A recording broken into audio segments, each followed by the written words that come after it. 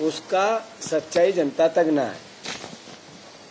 मुझे खुशी है हमारे विधायकों ने हमारे नेता प्रतिपक्ष के नेतृत्व में जिस तरीके से नरसिंह घोटाला उठाया, जिस तरीके से नल जल योजना का घोटाला उठाया, जिस तरीके से बजट में की चर्चा में इस सरकार की कलाई खोली और एक एग्रेसिव रुख अपनाया, वो अपने आप में इस सरकार के असली चेहरे को बताता है। मैं सारे विधायकों को बधाई देता हूं, पर सवाल ये है कि 1 से 19 जुलाई तक प्रस्तावित थी 14 बैठकें। आपने ऐसा क्या सब्जेक्ट हो गया कि विभागवार चर्चा ही नहीं कराई और सब बुलेटिन कर दिया? ये 4287 प्रश्न सवाल पूछे गए थे, उसमें बीजेपी के भी विधायक थे। सदन एक माध्यम होता है एक जनप्रतिनिधि को अपने क्षेत्र की और प्रदेश की जनता की आवाज को रखने का। बीजेपी के विधायकों के प्रश्नों का भी अपमान किया है सरकार ने और इस व्यवस्था ने, जिसमें सिर्फ 64% प्रश्नों के उत्तर ही नहीं मिले। 2756 प्रश्नों के उत्तर इस सरकार ने नहीं दिए इसी सत्र में। अनुदान की जो मांगे थी, जैसा मैंने कहा, विभागवार चर्चा में भरोसा ही नहीं था इस सरकार का। शून्यकाल के 175 शून्यकाल की सूचनाएं थी, उसको नजरअंदाज किया गया और 500 ध्यान आकर्षण, 500 लगभग ध्यान आकर्षण सारे विधायकों के लगे थे, जिसमें सत्ता और विपक्ष दोनों थे। तो मूल भावना इस सरकार को संसदीय कार्य व्यवस्था में, इस भारतीय जनता पार्टी के विचार को संसदीय कार्य व्यवस्था में भरोसा ही नहीं है, इसका सम्मान ही नहीं करती है। अब आया बजट। बजट में पहले हम बजट आता था तो मीडिया की सुर्खियां बनती थी, इतनी छूट दी गई, इतने रोजगार उपलब्ध कराने के माध्यम बना बजट, कृषि में इतना फायदा, आम मिडिल क्लास को इतना फायदा, पॉजिटिव खबरें अखबार की हेडिंग बनती थी। इस बार क्या हेडिंग बनी? इस बार हेडिंग बनी कि प्रति व्यक्ति कर्ज 60,000 रुपये हो जाएगा। इस बार हेडिंग बनी 90,000 करोड़ रुपया इस साल एक्स्ट्रा कर्ज लेना पड़ सकता है। 88,000 करोड़ रुपया इस साल कर्ज लेना पड़ सकता है। इस बार हेडिंग बनी कि सरकार ने 64% जो बजट टोटल पिछला किया था उसका खर्च ही नहीं, 64% ही खर्च कर पाए, यानी बचा हुआ 36% इस सरकार ने पिछला खर्च ही नहीं किया। हेडिंग बनी कि कर्ज से कर्ज चुकाने वाली सरकार, कर्ज से कर्ज चुकाने वाली सरकार, मतलब इस सरकार का असली चेहरा सिर्फ, मैं बार बार बोलता था, कर्ज, क्राइम और करप्शन, कर्ज लेना, करप्शन करना और क्राइम को पालना और पोसना इस सरकार का मुख्य एजेंडा था। अब आप देखो कि 2023 की स्थिति में प्रदेश का कुल कर्ज था 3,19,000 करोड़ रुपया। उसमें 2024 में आते आते ये 3,75,000 करोड़ रुपए के आसपास हो गया। अगर जो अनुमानित कर्ज की भावना बताई जा रही है, जो सरकार के बजट से भी सिद्ध होती है, ये पहुंच जाएगा 4,41,000 करोड़ रुपया। तो अल्टीमेटली प्रति व्यक्ति 60,000 रुपए के कर्ज में होना है इस सरकार का, जो आज पैदा होगा और जो आज जिसकी मृत्यु होगी। सवाल ये है कि एक सरकार का उद्देश्य क्या होता है कर्ज लेने का या बजट का, कि जनता की जन सुविधाएं बढ़े, आधारभूत विकास हो, बच्चों को रोजगार मिले और साथ ही साथ अल्टीमेटली समृद्धि आए। पर रोजगार की अगर एक पैरा पकड़ लें, एक क्षेत्र पकड़ लें रोजगार का, इस सरकार ने पिछली बार जब बजट आया था उसमें 29,50,000 रोजगार जनरेट करने की बात की थी। और 15.42 लाख रुपए का करोड़ रुपए का 42,000 करोड़ रुपए का पूंजी निवेश आएगा प्रदेश में, जिससे जनरेट होंगे 29,50,000 रोजगार। मध्य प्रदेश में लगभग 35 लाख, 37 लाख, 35 लाख या 33 लाख इस तरह के बेरोजगारी के पंजीयन होते हैं। तो जो 37 लाख पंजीयन में आपने रोजगार दिया 2,30,000 को, जो अभी ताजा आंकड़े आए, यानी लगभग 2%, 3% लोगों को या 5% बच्चों को 37 लाख में से आपने रोजगार दिया, वो भी प्राइवेट सेक्टर में। सरकारी नौकरी जीरो।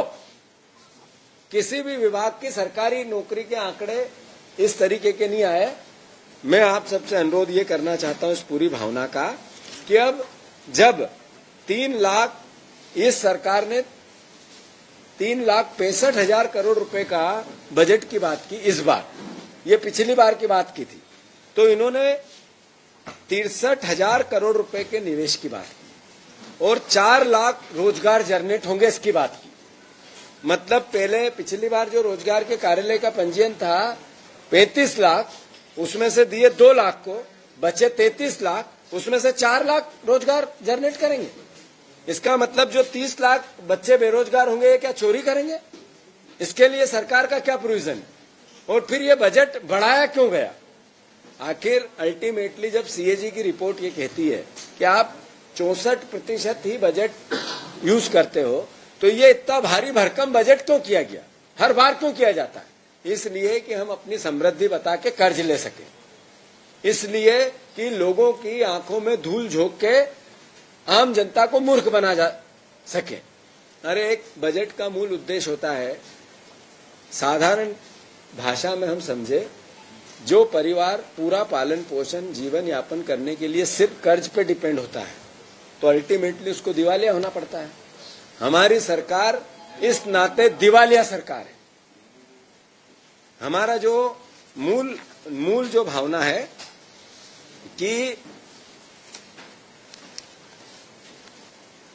कर्ज लेना और करप्शन करना। अब आप देखो, केवल एक क्षेत्र लेते हैं एजुकेशन का, और वो भी सिर्फ स्कूल एजुकेशन का। स्कूल एजुकेशन में ये 2024 में 23-24 के बजट में 42 लाख बच्चों को इन्होंने मध्याह्न भोजन दिया। 42 लाख बच्चों को मध्याह्न भोजन दिया। और सरल करें इसको तो 2010 और 11 में, 10 और 11, 10 साल पहले चले जाओ, 12 साल पहले चले जाओ, 1,06,00,000 बच्चे स्कूलों में थे और मध्याह्न भोजन मिलता था। उस पे खर्च होता था 1,082 करोड़ रुपया। आज से 10 साल पहले, 12 साल पहले, 2010-11 में 1 करोड़ बच्चे से ज्यादा पढ़ते थे और उस पे खर्च होता था 1,000 करोड़ रुपया। इस बार 46,000, 54,000 लाख बच्चे पढ़ रहे हैं। लगभग 50 लाख बच्चे स्कूलों में कम हो गए 10 साल में। 50 लाख बच्चे, ये सीएजी की रिपोर्ट के डाटा है। उसमें इनने खर्च किए 1,347 करोड़ रुपए, लगभग 1,350 करोड़ रुपए। बच्चे कम हो गए 50 लाख और पैसे बढ़ गए 400 करोड़। ये करप्शन नहीं है तो क्या है? ये लूट नहीं है तो क्या है? और कर्ज लेके करना क्या चाहते हैं? अल्टीमेटली आप सबसे अनुरोध मेरा इतना ही है कि ऐसे ही जैसा मैंने आप सबको बताया कि एक जो बजट होता है, वो बजट होता है आम जनता की खुशहाली के लिए, लोगों के जीवन स्तर को उठाने के लिए। अब इसी प्रकार से अगर हम आगे बढ़ें तो पहली बार ऐसा हुआ कि सीएजी ने सरकार को कहा कि ये जो वित्त मंत्री है घटिया वित्त मंत्री है। ये मेरा आरोप नहीं है, ये सीएजी का आरोप है। आरोप नहीं है, लिखित में है। सीएजी की जो रिपोर्ट आई अभी 3 दिन पहले, उसमें कहा गया कि 23-24 का जो बजट है उसके अंतर्गत इस सरकार ने जो निर्णय लिए, जो प्रावधान किए, बढ़ा के किए, खर्चा 64% किया और घटिया प्रबंधन के अनुसार पूरी व्यवस्था जमाई। मतलब एक वित्त मंत्री को हमारी सीएजी की रिपोर्ट ने ये कहा कि ये घटिया वित्त मंत्री है। मेरा आरोप नहीं है, इस नाते मैं आदरणीय मुख्यमंत्री जी से अनुरोध करता हूं कि सरकारी एजेंसी है जो सरकार के आय व्यय का ब्यौरा रखती है, उसका मूल्यांकन करती है, उसका निरीक्षण करती है और पब्लिक परसेप्शन या पब्लिक के सामने लेके आती है ये बात कि इस साल किस तरीके से सरकार ने काम किया पिछला वित्त वर्ष में। तो सीएजी की रिपोर्ट के अनुसार केक की रिपोर्ट में बीजेपी ने कितना बवंडर मचाया, कोयले में कितना मचाया, कितना उन्होंने जो अलग अलग तरह की जो 2013-14 के पहले केंद्र के लिए किस तरीके की सीएजी रिपोर्ट का आधार बनाया था, वही सीएजी की रिपोर्ट मध्य प्रदेश की है। तो उनने ये कहा कि ये सिर्फ करप्शन करने के लिए बजट को बढ़ाकर, कर्ज लेने के लिए बजट को बढ़ाकर इस तरीके से बताया जाता है और वित्त मंत्री के कामकाज को घटिया बताया। इसका मतलब है उनका इस्तीफा होना चाहिए। यही वित्त मंत्री थे जिनके शिवराज जी मुख्यमंत्री थे, पर वित्त मंत्री तो यही थे। तो वित्त मंत्री जी केक कहता है, केक की रिपोर्ट कहती है कि आपको इस्तीफा देना चाहिए और मुख्यमंत्री जी से मेरा अनुरोध है कि अगर ये इस्तीफा नहीं दे, आप में थोड़ी नैतिकता हो तो आप इनका बर्खास्त कर देना चाहिए वित्त मंत्री। अब चूंकि केक की रिपोर्ट का पूरा आधार आप लोगों के सामने है, मैं उस पर ज्यादा बात नहीं करूंगा, पर एक पेरा में पढ़ के बताना चाहता हूं। केक के वित्त वर्ष 2023-24 के अनुदान की मांगे, टोटल ग्रांट और विनियोग के बीच भारी अंतर है और बचत को घटिया प्रबंधन का नमूना बताया गया है। घटिया प्रबंधन का नमूना बताया गया है। इसका मतलब है कि आपका असली चेहरा केक ने बता दिया है। ये सब बजट की पूरी कहानी अपनी जगह हो सकती है, पर अगर आपने 3,65,000 करोड़ रुपए का बजट का प्रोविजन किया तो आपने पिछले आपके घोषणा पत्र में कहा था हम किसानों के लिए 2700 और 3100 धान का और गेहूं का दाम देंगे, उसका प्रोविजन क्यों नहीं किया? आपने कहा था आईआईटी और एआईएमएस की तर्ज पर इंस्टीट्यूट बनाने का वादा किया था, उसके लिए जिक्र क्यों नहीं किया? आपने 6 नए, आपका घोषणा पत्र है बीजेपी का जिसमें अभी 6 महीने पहले वो विधानसभा का चुनाव जीत के आए हैं, 6 नए एक्सप्रेसवे निर्माण की घोषणा की थी, उस पे एक पैसा भी क्यों नहीं लिया गया? आप ये बताओ कि गरीब छात्रों को मुफ्त शिक्षा का वादा था, उसके लिए प्रोविजन क्यों नहीं किया गया? मुफ्त शिक्षा क्या हुआ उसका? लाडली बहनों को पक्का मकान देंगे, बजट में 40,000 करोड़ रुपए रखे हैं, 3,000 देने का वादा था। ये एक साल में 40,000 करोड़ रुपए का कहां से पक्के मकान आएंगे? कहां से उनको जो गैस सिलेंडर मिलना था वो मिलेंगे? और क्या लॉजिक है इसका कि आपने 3,000 रुपए बहनों को देंगे? उसका प्रोविजन कैसे संभव हो सकता है? भावांतर की योजना में आपकी नीयत देखो, असली में ये किसानों की हत्या करने वाली सरकार किसानों से नफरत करती है। इसने किसानों के लिए भावांतर योजना में 1,000 रुपया रखा। किसान भाइयों, आपकी भावांतर योजना का कई बार भाषणों में भारतीय जनता पार्टी के लोकल नेता और बड़े नेता और प्रदेश के नेता जिक्र करते हैं। बजट में 1,000 रुपया आपके भावांतर के रखे हैं इन्होंने 3,000 रुपये ऋण माफी के रखे हैं। इस सरकार ने 3,000 रुपया ऋण माफी का, किसानों की ऋण माफी का रखा है।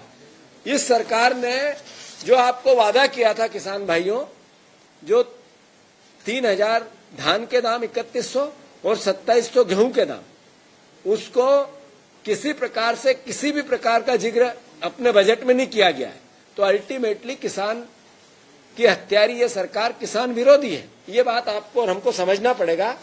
आदिवासियों के मकान, नल जल, जैसा हमारे विधायकों ने कल मुद्दा उठाया करप्शन का, जो हर घर को नल और उसमें मिलेगा जल, ये प्रधानमंत्री का भाषण था। आपकी टोटियां खोल के ले जाएंगे। अरे प्रधानमंत्री जी, टोटियों में न नल है न जल है और उसका सारा करप्शन आपके नेताओं की जेब में है। ये भावना इस सरकार की कि जिस वचन को लेके ये आए थे, इस बजट में एक शब्द भी नहीं है उसके लिए, जिसके लिए इनको वोट मिला। तो ये बड़ी चिंता का विषय है। मैं मानता हूं कि बजट के सारे प्रोविजन, सारे प्रावधान, जैसे किसानों के लिए इनको जितनी योजना में मद रखना था, बोलते हैं उसको पिछली बार से भी अब घटा दिया। यानी कि जो ग्रामीण विकास का मद रखना था वो पिछली बार से इस बार घटा दिया। जो इनको अलग अलग मद को लेकर अलग अलग प्रक्रियाएं, चाहे वो आदिवासी आवास की बात हो, चाहे आदिवासियों की छात्रवृत्ति की बात हो, चाहे मतलब अल्टीमेटली वित्त मंत्री का काम सिर्फ झूठ बोलना है। इन्होंने एक कहा कि वित्त मंत्री सदन में झूठ बोला, पूंजीगत व्यय 15% बढ़ाया गया है, जबकि यह वर्ष 2023-24 में 67,177 करोड़ रुपए था, जो घटकर 2024-25 में 61,633 करोड़ रुपए हो गया। यानी घटा या बढ़ा? आप भाषण देखना वित्त मंत्री का, इसका मतलब है कि वो जनता से सदन में क्या झूठ बोलते हैं। इसीलिए तो वित्त मंत्री का इस्तीफा होना चाहिए। और अंत में मैं इतना ही कहना चाहता हूं कि ये सरकार ने सिर्फ करप्शन करने के लिए बजट में प्रोविजन किए हैं। आप देखो, खनन माफिया इस प्रदेश में सर चढ़ के बात कर रहा है, खुला घूम रहा है। परिवहन माफिया, एक दिन मुख्यमंत्री घोषणा करते हैं सारे टोल बंद और सारी जगह उगई हो रही है। फिर सरकारी खरीदी में भ्रष्टाचार का आलम क्या है? जो नॉर्म्स बनाए गए वो ही सीधे डबल। जो सरकारी काम करने के तरीके के, वो चाहे सिविल के काम हो चाहे खरीदी के काम हो, सब में जो रेट मूल होते हैं उससे सीधे डबल का प्रोविजन किया गया है। यानी करप्शन की पूरी छूट दी गई है। उज्जैन में मंदिरों की जमीन पर कब्जा कर लिया, पंचायतों के नगरीय निकायों में जमकर भ्रष्टाचार, इंदौर में 2000 करोड़ रुपए का लगभग घोटाला नगर निगम में हुआ। एक भी नगर निगम, नगर पालिका, नगर पंचायत ऐसी जिसमें फर्जी बिल का मामला नहीं चल रहा हो। तो ये सरकार करप्शन की पर्याय बन गई है। मैं मानता हूं नर्सिंग घोटाला इसका सबसे बड़ा उदाहरण है। अभी लगातार नर्सिंग घोटाले को लेकर मंत्री के खिलाफ एविडेंस दिए गए, सदन में चर्चा की गई, सदन में एविडेंस रखने की अनुमति मांगी गई, पर ये भ्रष्ट लोगों का कुनबा मानने को ही तैयार नहीं कि हमने करप्शन किया है। मैं मानता हूं 4 लाख से ज्यादा बच्चे जो नर्सिंग की फीस देकर इंतजार कर रहे हैं कि हमें पढ़ाई हो, डिग्री मिले, एग्जाम दें, उनकी क्या गलती थी? इस सरकार की इस करप्ट गतिविधि के कारण उनका जो भविष्य चौपट हो रहा है, ये एक चिंता का विषय है। भर्ती घोटाला, पेपर लीक होना, मध्य प्रदेश मतलब एक तरह से देश में सबसे बड़ा एक चेहरा बन गया है और व्यापम जैसे घोटाले मध्य प्रदेश में चर्चित है। तो कुल मिला के आप लोगों से आज का जो बात का सार है, कर्ज इसलिए लिया जाता है कि करप्शन करना है, बजट इसलिए बढ़ाया जाता है कि कर्ज लेना है। जो वित्त मंत्री को इन सब गतिविधियों के लिए, गलत प्रबंधन के लिए केग ने दोषी ठहराया है और केग की रिपोर्ट के अनुसार मध्य प्रदेश के वित्त मंत्री की वित्त व्यवस्था घटिया स्तर की है। इसलिए वित्त मंत्री को इस्तीफा दे देना चाहिए और वित्त मंत्री को इस्तीफा नहीं देते हुए तो मुख्यमंत्री को उनको हटा देना चाहिए। धन्यवाद। हाँ, देंगे। हाँ, बिल्कुल हटा लें। हाँ, हमारा एक बिल्कुल सही है। जनता का, जैसे नर्सिंग घोटाले को हमने सदन में उठाया, हमने साथ साथ जिला स्तर पर सारे जिलों में भी इस घटना को उसी दिन उठाया। एक विपक्ष की भूमिका होती है कि अल्टीमेटली जनता को इस बात से अवगत कराए। मैं मानता हूं कि हम ये लड़ाई जारी रखेंगे। इस नर्सिंग घोटाले के खिलाफ नए एविडेंस के साथ कोर्ट में भी जाएंगे, साथ ही साथ पूरी परिस्थिति को से अवगत होकर इस तरह के जितने भी इसका एक विभाग ही बनाएंगे कि एक विभाग पे एक व्यक्ति की ड्यूटी लगा के उसकी सारी गतिविधियां करप्शन की कितनी होती है उसकी वो नजर भी रखें और हम लगातार उस पर अपने विपक्ष की अपनी भूमिका पॉजिटिव सकारात्मक भी निभाएं।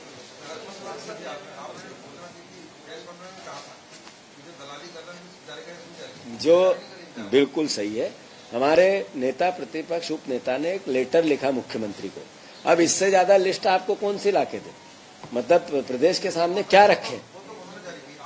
नहीं, तो ये मैं आपसे अनुरोध करना चाहता हूं कि एक विभाग में अशासकीय लोग अगर बैठ गए, उसका आरोप क्या होता है? लेटर लिख के पूछना कि क्या प्रदेश में ऐसी एक भावना सामने आ रही मुख्यमंत्री जी कि इस विभाग को ये व्यक्ति डील कर रहा है, उसका नाम दिया, उस नाम से लेटर लिखी, चिट्ठी लिखी मुख्यमंत्री जी को, कांग्रेस पार्टी के सम्मानित सदस्य ने लिखी, कांग्रेस पार्टी के नेता उपसदन ने लिखी, मुख्यमंत्री को उसको डिनाई करना था या उसको गलत बताना था या फिर अगर है दलाल तो सामने लाना था।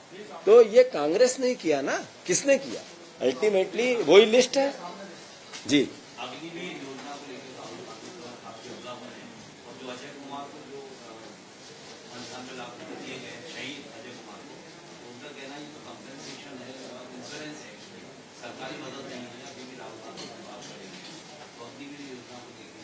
देखो, राहुल जी एक ऐसे व्यक्तित्व के रूप में देश के सामने आए हैं जिन्होंने हमेशा गरीब की, वंचित की, किसान की और उस वर्ग की जो सबसे पीड़ित और दुखी है। अग्निवीर योजना को लेकर कांग्रेस पार्टी का सीधा हमेशा से स्टैंड क्लियर रहा है।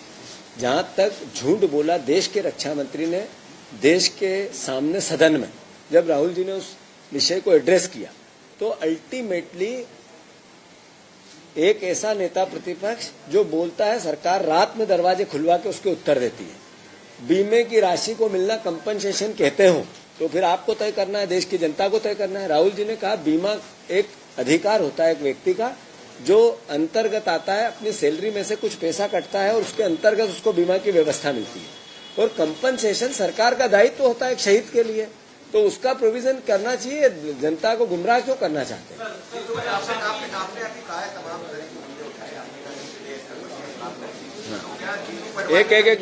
एक मिनट, हेलो चाय।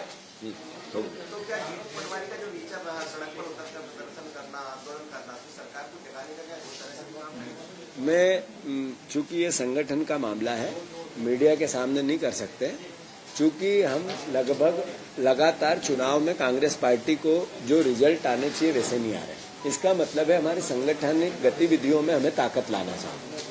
स्वाभाविक रूप से आपकी एक कार्य योजना होती है, हमारा दायित्व इस सरकार को हर स्तर पर इसको बेनकाब करें। आपको भरोसा दिलाता हूं, प्रदेश की जनता को भरोसा दिलाता हूं, एक भी किसी भी प्रकार की कोई गुंजाइश नहीं छोड़ी जाए और किसी भी प्रकार का जो विपक्ष का अपना दायित्व है उसकी सराहना मीडिया भी करे। पर चूंकि तात्कालिक समय परिस्थिति के हिसाब से भी रिजल्ट आए तो आपका प्रश्न बनता है।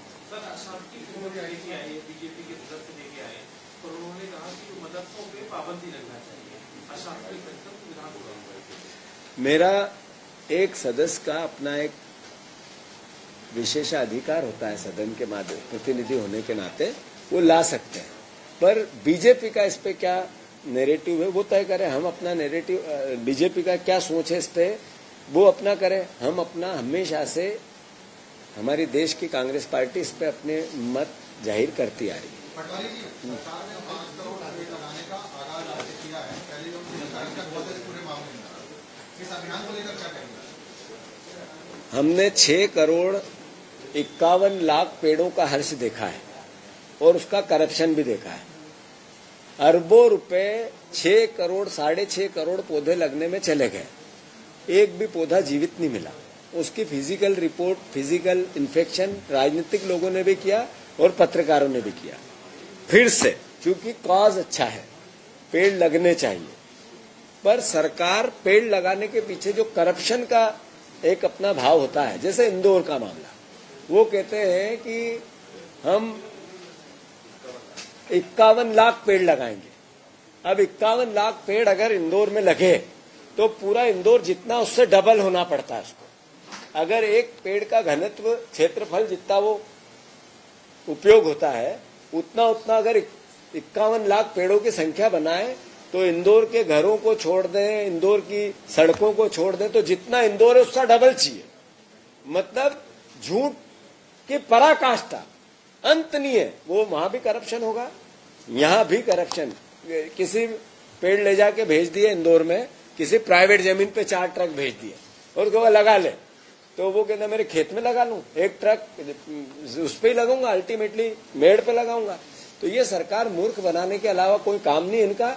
इतने पेड़ लगाने के पीछे मोटिव, कॉज पर्यावरण का थोड़ा है और करप्शन का बड़ा है। धन्यवाद। अगर आप ये वीडियो YouTube पर देख रहे हैं तो हमारे चैनल को सब्सक्राइब करें और बेल आइकन को दबाना ना भूलें। अगर आप Facebook पर ये वीडियो देख रहे हैं तो हमारे पेज को लाइक करें।